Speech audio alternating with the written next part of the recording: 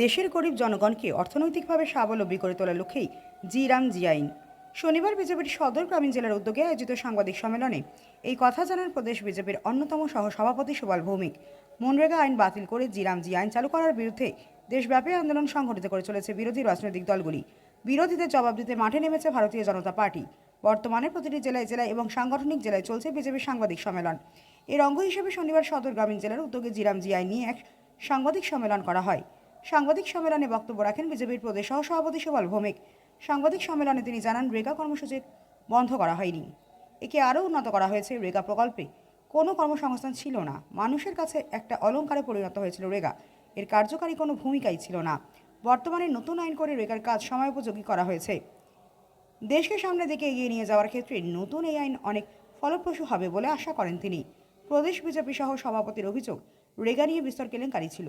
বাম আমলের রেগা প্রকল্পে 10,500 বর্গ কিলোমিটার আয়তনে ত্রিপুরা রাজ্যে 16,500 বর্গ কিলোমিটার এলাকা জুড়ে পুকুর খনন করা হয়েছিল।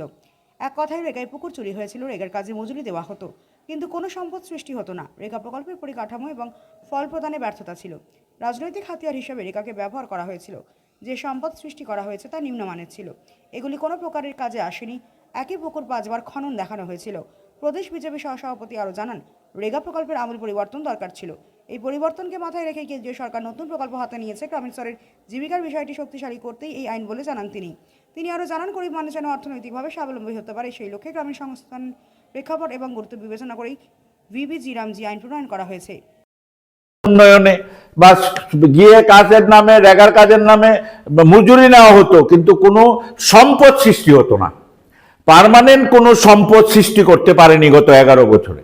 তার জন্য এটা আমূল পরিবর্তন দরকার, এবং সেই পরিবর্তনকে মাথায় রেখে কেন্দ্রীয় সরকার এই জি রামজি যে প্রকল্প সেটা নিয়ে এসছেন, এবং সেটা মানে আগে যেটা ছিল তার মধ্যে রেখে আরো এটাকে উন্নত করা, আরো শক্তিশালী করা, আরো গ্রামীণ স্তরে জীবিকা নির্বাহ করতে পারে গরিব মানুষের কাছে, যাতে গরিব মানুষ যাতে অর্থনৈতিকভাবে স্বাবলম্বী হতে পারে, তার জন্য আমাদের। সাংবাদিক সম্মেলনে নতুন আইন নিয়ে বামপন্থীদের বিরোধিতা প্রসঙ্গে প্রদেশ বিজেপি সহসভাপতি সুবল ভৌমিক বলেন, একসময় পার্লামেন্টে 64 সদস্যের সিপিআইএম দল রেগার বিরুদ্ধে প্রতিবাদে সরব ছিল। তারা এর বিরোধিতা করেছিল, আজ তারাই আবার রেগা করে চিৎকার করছে। এই ধরনের রাজনীতির কারণেই তাদের মানুষ বিশ্বাস করেনি।